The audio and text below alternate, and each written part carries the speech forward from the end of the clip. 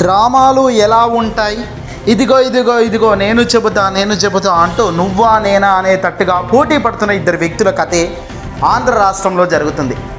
ఆ ఇద్దరు ఎవరు, కథ ఏంటో ఒక్కసారి చూద్దాం రండి. ఆంధ్ర రాష్ట్ర ప్రదేశ్లో ఊహించని స్థాయిలో నిన్న జరిగిన జగన్మోహన్ రెడ్డి గారిపై దాడి చాలామంది ఖండిస్తున్నారు.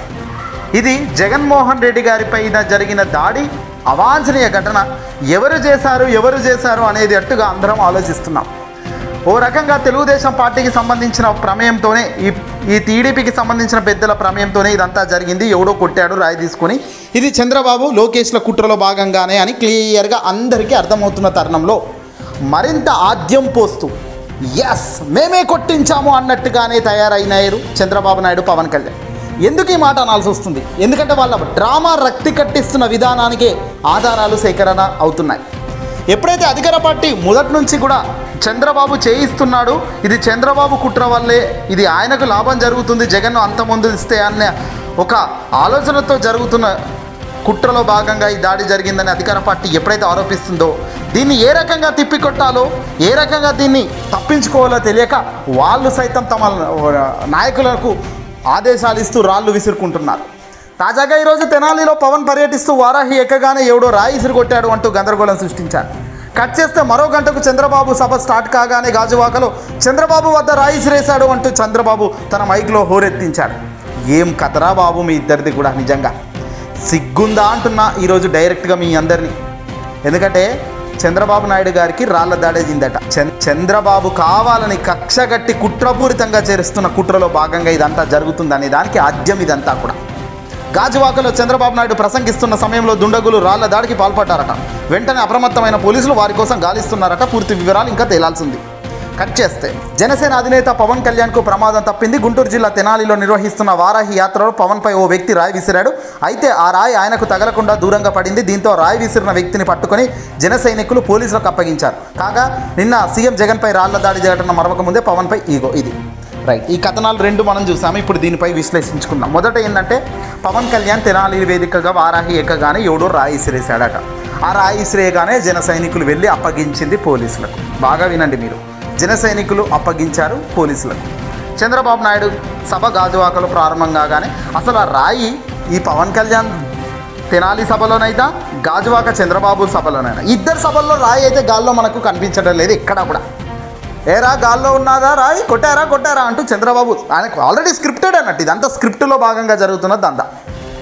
కట్ చేస్తే వీళ్ళిద్దరూ అప్పచెప్పింది ఎవరికి? పోలీసులకు. పోలీసులు అనేవాళ్ళు ఎవరు అంటే ప్రభుత్వం. ఇక్కడ జగన్మోహన్ రెడ్డి గారిపై జరిగిన దాడి రాయితో జరిగిందా, నార్మల్గా విసిరారా? కాదు. పర్ఫెక్ట్ ప్రణాళికతో దూరం నుంచి గురిపెట్టి పర్ఫెక్ట్గా విసిరి కొడితే కరెక్ట్గా కన్ను దగ్గర దాకడం, ఇదంతా ఒక ప్లాన్ ప్రకారం జరిగింది. ఎలా జరిగింది ప్లాన్ ప్రకారం అంటే స్కెచ్ మొత్తం చంద్రబాబు నాయుడు వేస్తే ఇలాగే జరుగుతాయి. ఇది చంద్రబాబుకు తన రాజకీయ చరిత్రలో అనేకం ఇలాంటివి చేసి ఉన్నాడు కూడా. ఎన్టీఆర్ పిల్లనిచ్చిన మామ ఎన్టీఆర్ దారుణంగా అవమానిస్తూ ఈనాడు పేపర్లో పెద్ద పెద్ద కార్టూన్లు ఆనాడు ఎంతో సంచలనమయ్యాయి. ఎన్టీఆర్ మీద, ఎన్టీఆర్ వ్యక్తిగత జీవితం మీద చాలా దరిద్రంగా కథనాలు రాసిన చరిత్ర చంద్రబాబు నాయుడుది. చెప్పులు విసిరించారు ఎన్టీఆర్ని. ఎవరిది ఘనత? చంద్రబాబు నాయుడు. అమిత్ షాపై ఓ రోజున రాయి విసిరేశారు కార్ల మీద. అమిత్ షా ఏపీలో పర్యటిస్తున్నప్పుడు అమిత్ షా కారు వాహనం పైన రాళ్ళు విసిరించిన ఘనత చంద్రబాబు. ఈ ఘనత ఓడికి రా నాయన అంటే మీకున్నదే ఆ ఘనత. ఈరోజు జగన్ ప్రజల వద్దకు వెళ్తుంటే అపూర్వంగా ప్రజానికం స్వచ్ఛందంగా రోడ్ల మీదకి వచ్చి కాళ్ళు కూడా లేకుండా బగ్గబగ్గ మండుతున్న ఎండను లెక్క చేయకుండా, సడన్గా ఊహించని వానకు లెక్క చేయకుండా ప్రజలంతా రోడ్డు మీదకి వచ్చి ఈరోజు జగన్కు నీరాంజనం పలుకుతుంటే దీన్ని తట్టుకోలేక, దీన్ని ఓర్చుకోలేక విజయవాడ నడిబొడ్డున ఏ చరిత్రనైతే చంద్రబాబుకు విజయవాడ చరిత్ర చంద్రబాబు నాయుడుకు రాజకీయంగా దరిద్రంగా ఉందో అక్కడే మరోసారి రాయి విసిరించిన ఘనత చంద్రబాబు నాయుడు. ఇదంతా ఎవరి ప్రమేయం? చంద్రబాబు, బోండా ఉమా, నారా లోకేష్. ఈ ముగ్గురు కలిసి గట్టిగా స్కెచ్లో భాగంగానే యుద్ధం జరుగుతుంది, కుట్రలో భాగంగానే దాడి జరిగింది. దీన్ని తిప్పికొట్టేందుకు ఈరోజు వాళ్ళ సభల్లో గందరగోళం సృష్టిస్తూ రాయి పట్టింది, రాయి ఎవడి కలబలిగిందిరా మీకు? కొట్టేటోడు ఎవడైనా గురి చూసి కొట్టేది ఉండేది. అప్పుడు తెలుసు బహుశా మీకు నొప్పి.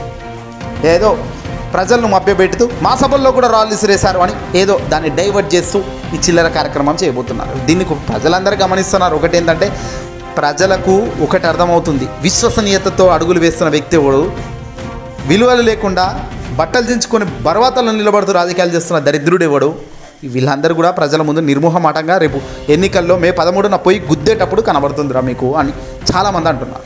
ఏదేమైనప్పటికీ కూడా జగన్పై జరిగిన దాడికి, ఈరోజు ఈ ఇద్దరు మూర్ఖుల మీద జరిగిన దాడికి అసలు పొందనా లేదండి. ఇది కుట్రపూరితంగా జగన్ పైన చేయించింది చంద్రబాబు, పవన్ కళ్యాణ్ వీళ్ళే అని వాళ్ళే ప్రూవ్ చేసుకున్నారు. ఈరోజు వీళ్ళు కావాల్సుకొని వాళ్ళ సొంత మనుషులను పెట్టుకొని రాళ్ళు విసురుకుంటూ